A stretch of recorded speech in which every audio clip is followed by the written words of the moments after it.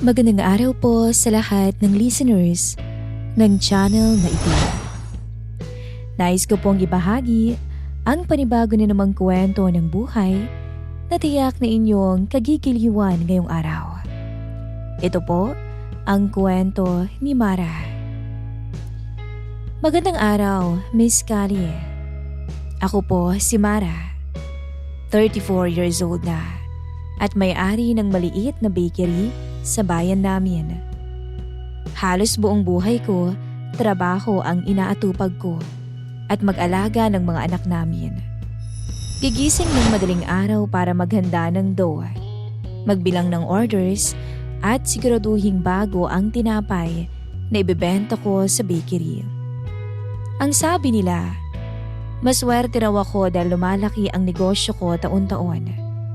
Pero hindi nila alam kung paano ang sakripisyong ginagawa ko para dito. Ngayon, Miss Kali, ibabahagi ko po sa channel na ito kung paano kami nagkaroon ng affair ng trabahador ko at pinsan pa yon ng mister ko. Ang asawa ko po ay si Jerome. 11 taon na kaming kasal. Noong una, akala ko siya na talaga ang lalaking makakasama ko habang buhay.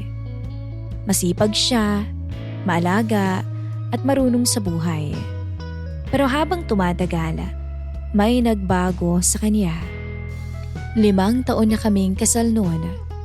Nung una ko siyang mahuli. Nahuli ko siyang may ka-chat o may ka-text.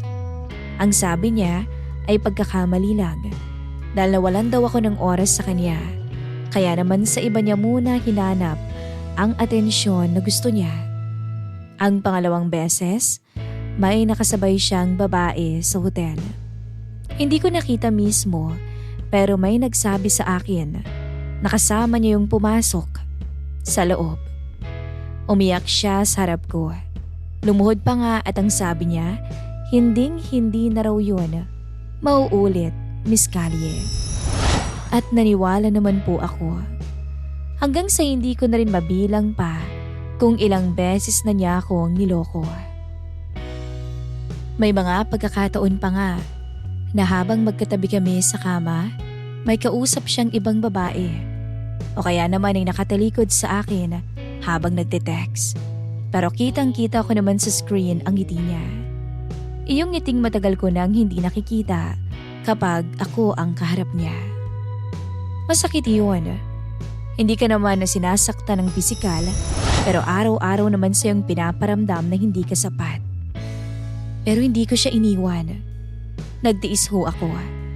Siguro dahil sa negosyo at sa mga anak namin, o dahil umaasa pa rin akong magbabago siya. Pero habang tumatagal, napapagod na ako. At doon pumasok si Sebi. Pinsan siya ni Jerome. Mas bata sa amin ng 2 taon.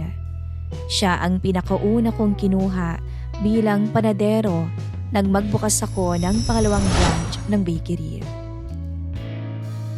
Punta na ako sa bakery, honey. Paalam ng asawa ko sa akin, sabay halik sa pisngi ko. Siguraduhin mong sa trabahong punta mo at hindi sa babae mo, Jerome. Seryoso kong sabi sa kanya. Oo naman, honey. Nagbago na ako. Sabi ko naman yun sa'yo, di ba? Patanong pa niyang sabi. Hindi ko na lang siya pinansin at hinayaang umalis na lang. Pagkaalis niya, tsaka naman ako naligo at nagbihis para makapunta na ako ng bake shop ko. Nang makarating ako ay si Sebi agad ang bumungad sa akin. Magandang araw, Ma'am Mara. Nakangiting sabi nito. Saan mo nahanap yung tawag na ma'am? Tanong ko nang nakataas ang isang kilay. Tinawanan niya lang ako. Tapos ko nang i-display yung mga gawa kong tinapay. Gumawa na rin ako ng dessert na pagkain. Sabi nito bago marahang inaalis ang apron na suot. Kapag hindi dumarating si Jerome sa bakery para tulungan ako, si Sebi na ang kusang gumagawa ng mabibigat na trabaho. Kapag sobrang dami ng orders, siya ang kasama ko sa pag-aayos at delivery. Nung tanghalian na, ay nilapitan ako nito. Kain muna tayo. Wala pa naman halos customer. Alok nito sa akin. Dahil gutom naman na ako ay pumayag na lang ako. Teka, saan naman galing tong pagkain? Usisa ko nang mapagtantong wala naman nga pala akong baon. Baon ko yan. Niluto ko bago umalis sa bahay. Sinobrahan ko na para makain ka na rin. Mukhang nangangayayat ka na eh. Pinapabayaan ka na yata ng pinsan ko. Hirit itong tanong sa huli. Ewan ko dun sa pinsan mo. Pero salamat, naisip mo ko. Hindi na ako nakapagbaon sa pagmamadali kanina. Sabi ko bago pinagpatuloy ang pagkain. Sakto ngayon at kami lang ang tao dito sa pwesto. Nasa isang branch nitong bakery kasi ang ibang trabahador. Bakit? Hindi naman ba kayo okay? Tanong niya na para bang baliwala na. Hindi ko masabi. Simula nung magsimula siyang magloko sa akin, ay nagbago ng pagsasama namin. At alam ko kahit di niya aminin, alam kong may babae pa rin siya hanggang ngayon. Sa hindi ko malamang dahilan, sumeryoso siya.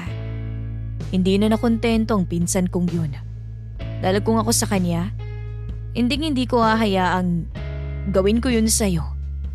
Bumuntong hininga to. Kapag hindi mo na kaya, pwede kang bumitaw.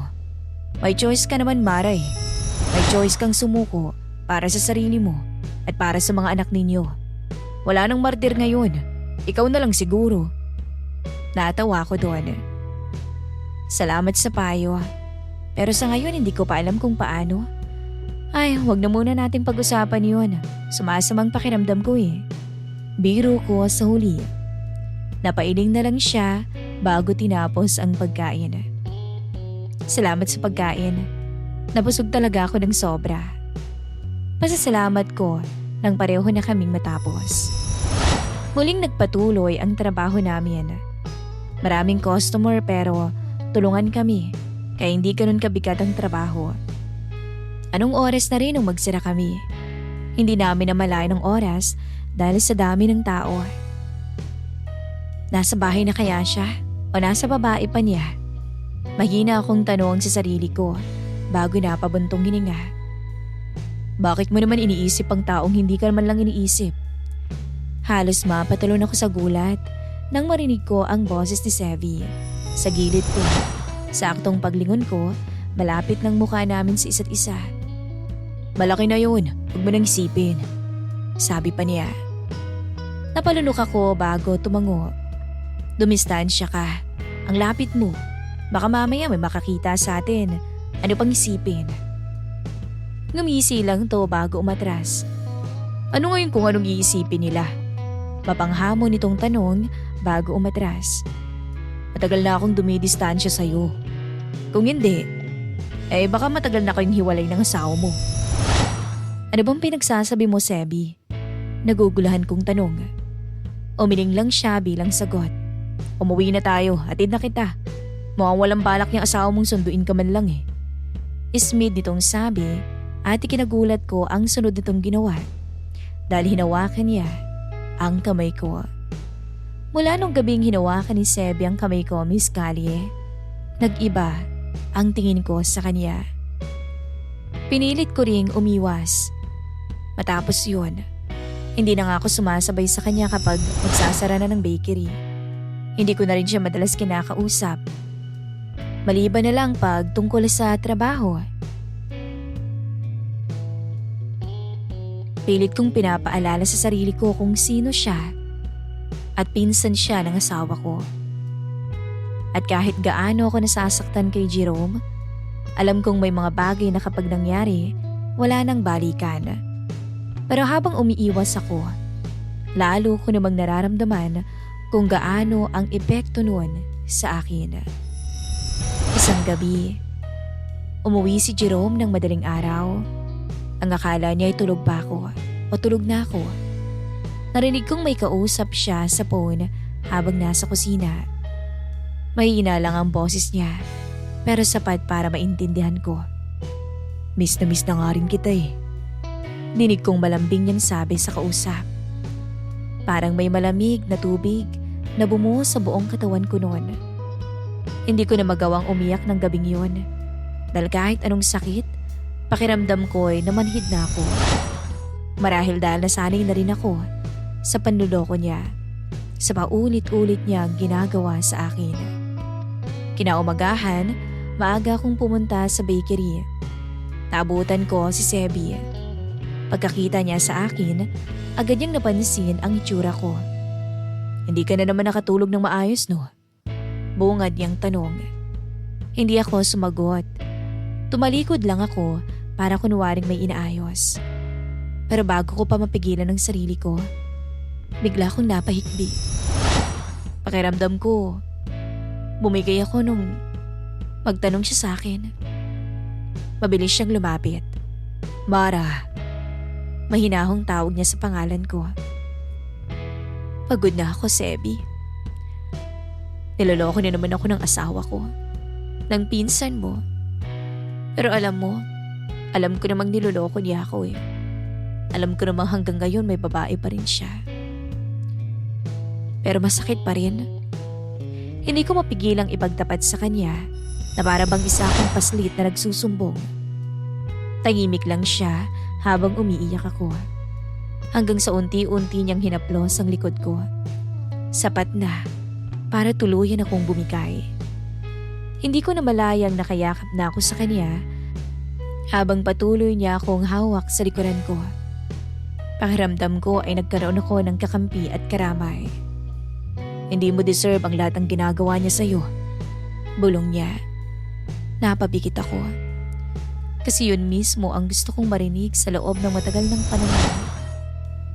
At alam niyo, sa simpleng pagdamay niya sa akin, ay naging simula iyon ng mas pagiging malapit namin sa isa't isa. Pareho naman naming alam na hindi pwede. Pero sige pa rin. Simula na noon, madalas kaming mag-usap at mas naging close kami dahil hindi ko na siya iniwasan pa. "Bagang naubos yung paninda, ayaw mo bang lumabas muna tayo pampalamig?" Tanong sa akin ni Sebi. Kakatapos ko lang mag-inventory. "At saan mo naman ako dadalhin? Saan naman tayo pupunta?" Usisa akong tanong. Iniisip ko pa rin kasi na baka may makakita sa amin at makarating pa yon sa asawa ko. Pero bigla akong naalala yung paulit-ulit na panluloko niya sa akin. Kaya pumayag ako noon. Bahala na. "Okay, sige. Tara, gutom na rin naman ako eh." Sagot ko na nakapagpangiti sa kanya. "Yan, ganyan. Para naman makapag-chill-chill ka at malibang." Ngisi nitong sabi at muli na naman akong natigilan nang hawakan niya ako sa kamay. "Sebi, ano ba? Para saan ba yung paghawak mo ng kamay ko?" Tanong ko habang nakatitig sa kamay niya. "Ano ba sa tingin mo?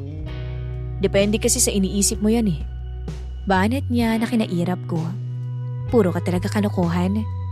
Sabi ko at bumitaw na. Ngunit sadyang makulit siya at muli akong hinawakan sa kamay.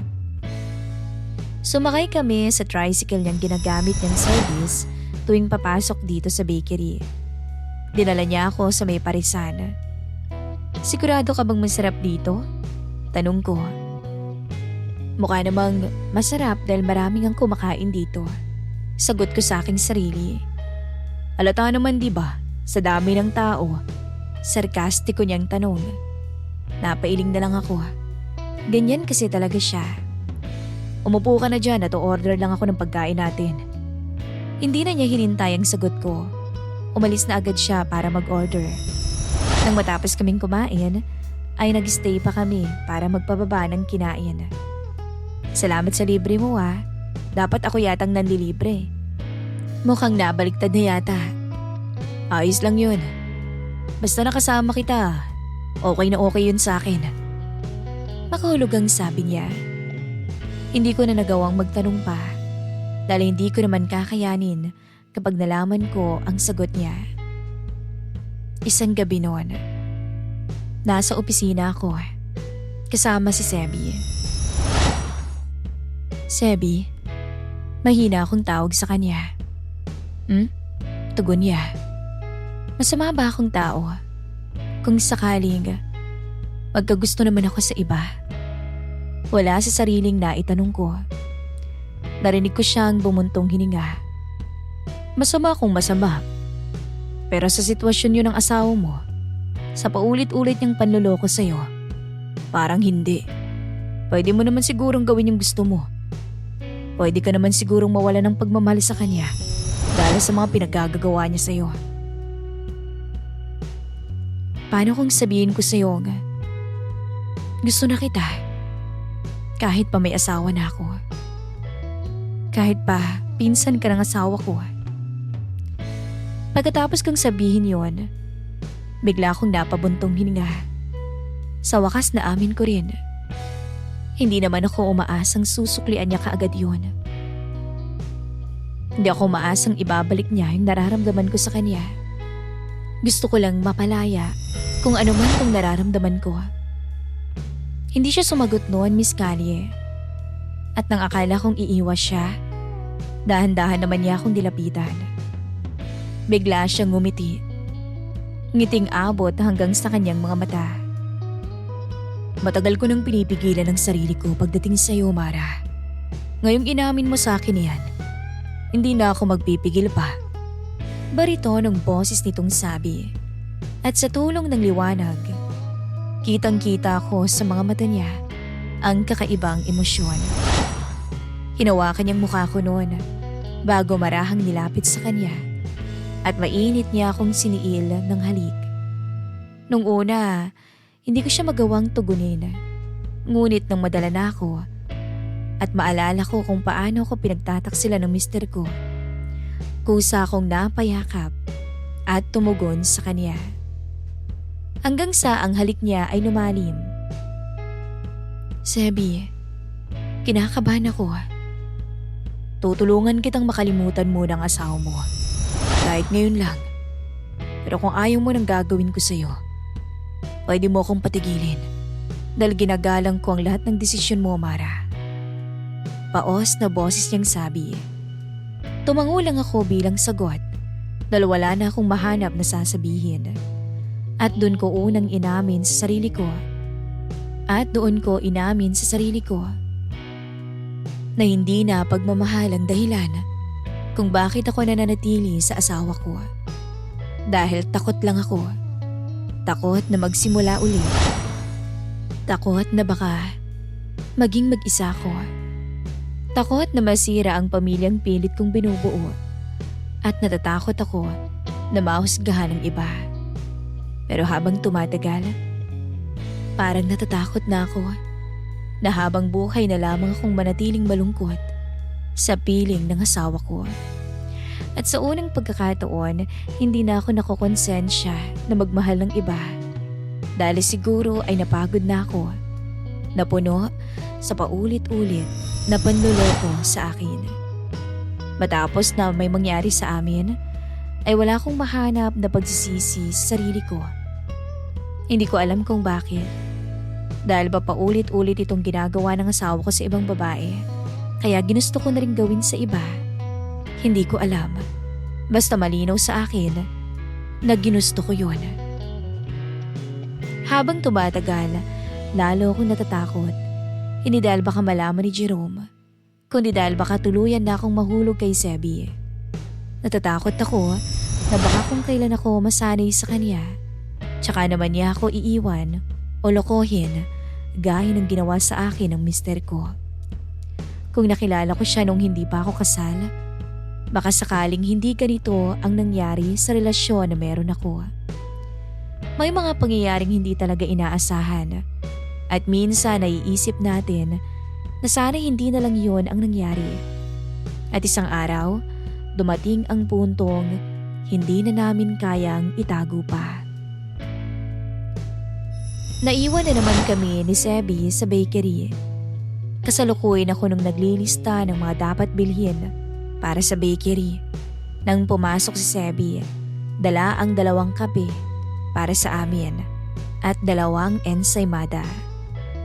Ngumiti siya sa akin noon. Bakit nandito ka pa? Ayaw mo pa bang umuwi? Kumain ka muna para naman may laman yung tiyan mo. Napabuntong hininga ko. Ewan, mas gusto ko dito eh. Mas payapa. Hindi katulad sa bahay. Naalala ko lang ginagawa ng asawa ko sa tuwing nakikita ko siya. Bumuntong hininga siya bago umupo sa harap ko. Hindi na tama to, sabi niya habang titig na titig sa akin. Parang may kumurot sa dibdib ko. Alam kong darating kami sa usapang yun. Alam ko, mababang boses kong sagot. Ito na ba yun? Tatapusin na ba namin ang relasyon namin? Masasaktan ka lang lalo. Malungkot ang mga mata niyang sabi.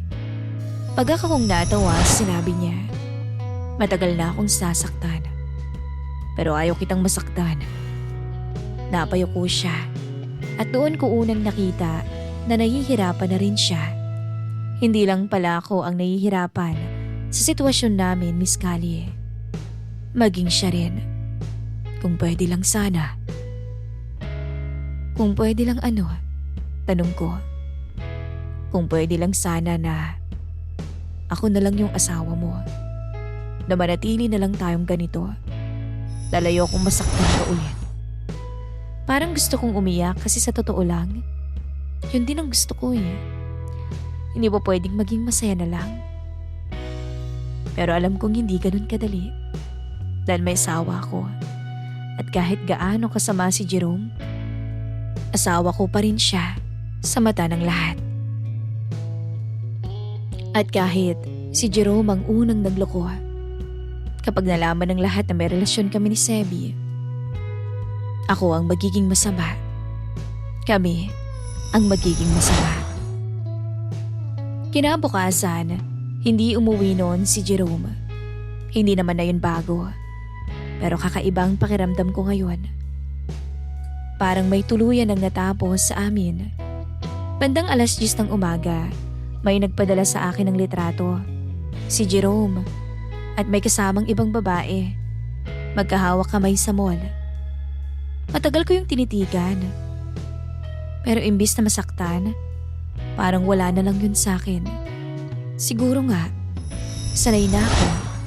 At pagod na talaga ako.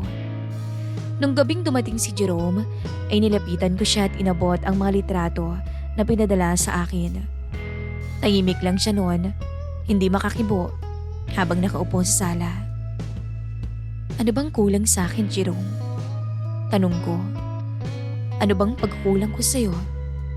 Para gawin mo sa akin to ng paulit-ulit. Maraming beses mo na akong niloko. Alam ko yun. Pero hindi kita iniwan. Hindi siya nakasagot. Bakit? 11 taon akong nagtiis sa relasyon natin. Nanatili pa rin siyang tahimik bago magsalita. Ano bang gusto mong marinig? Malamig niyang sagot. Parang sampal iyon sa akin. At doon ko na-realize na matagal na palang tapos ang relasyon namin. At ako na lang ang pilit na kumakapit. Ganun na lang ba yun para sa'yo? Ganun na lang ba kadali na iwanan ako? O sige. Paano kung sabihin ko sa'yong may iba na rin akong mahal? Mapanghamon kong tanong sa kanya. Bigla siyang napatingin sa akin. Doon lang ulit niya ako tiningnan ng diretsyo matapos ang matagal na panahon. Ano? Bakas ang sakit sa mga matang tanong niya. Napangiti ako ng mapait. Masakit, no? Ngayon, alam mo na kung anong pakiramdam. Tumayo siya. Sino? Ginagawa mo ba yun dahil sa niloko kita? At gusto mo rin ako masaktan, ganun ba? Kung gayon, nagtagumpay ka. Bakas ang galit at sakit sa mga matang tanong niya. Hindi ako sumagot. Pero alam kong may kutob na siya. Kasi sa buong pamilya nila, si Sebi lang ang laging nasa tabi ko. At tanging naging malapit sa akin. At sa unang pagkakataon, Miss Callie, si Jerome naman ang mukhang nawalan. Hindi naman siya nagwala. Sapat na ang nakita kong galit sa mga mata niya. At siguro, kaunting konsensya sa nagawa niya. Ito ang karma niya. Matagal mo na akong niloloko, Jerome. Napagod lang ako at may lalaking sumalo sa akin na hindi mo kayang gawin. dahil sa ibang babae ka nagpapakaasawa. Tahimik lang siya at hindi sumagot.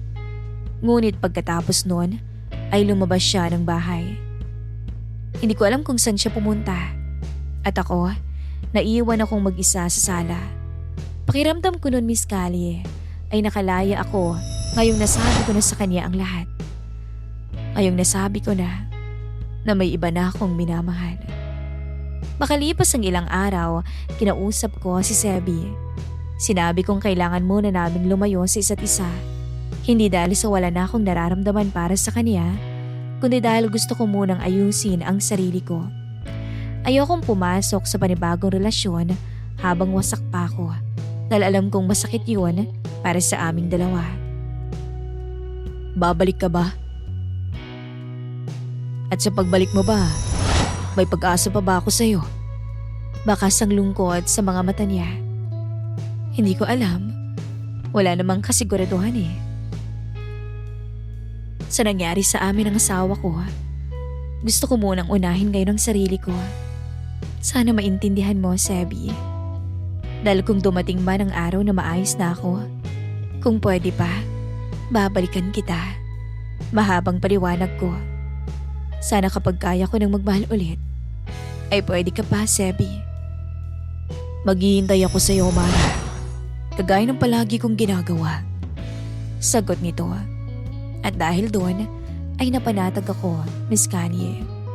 Alam ko na kapag kaya ko na, ay may babalikan pa ako. Kasalukuyan ko ngayong sinusulat ang inventory ko dito sa office ng bakery. Naririnig ko ang ingay na nagmumula sa oven at amoy ko ang bagong lutong tinapay. Patuloy pa rin ang buhay ko. Hindi ko alam kung ano ang mangyayari sa amin ni Jerome at hindi ko rin alam kung may pag-asa pa ba kami ni Sebi. Pero isang bagay ang sigurado ko, may hangganan pa rin talaga ang pagtitiis ng isang babae. At kapag dumating siya sa puntong napagod na, kahit ang taong pinakaayaw niyang saktan, ay magagawa na niyang saktan. Hanggang dito na lamang po ang kwento ng buhay ko, Miss Callie. At maraming salamat po sa pagbibigay buhay sa aking kwento. Nagmamahal, ang inyong sender, Mara.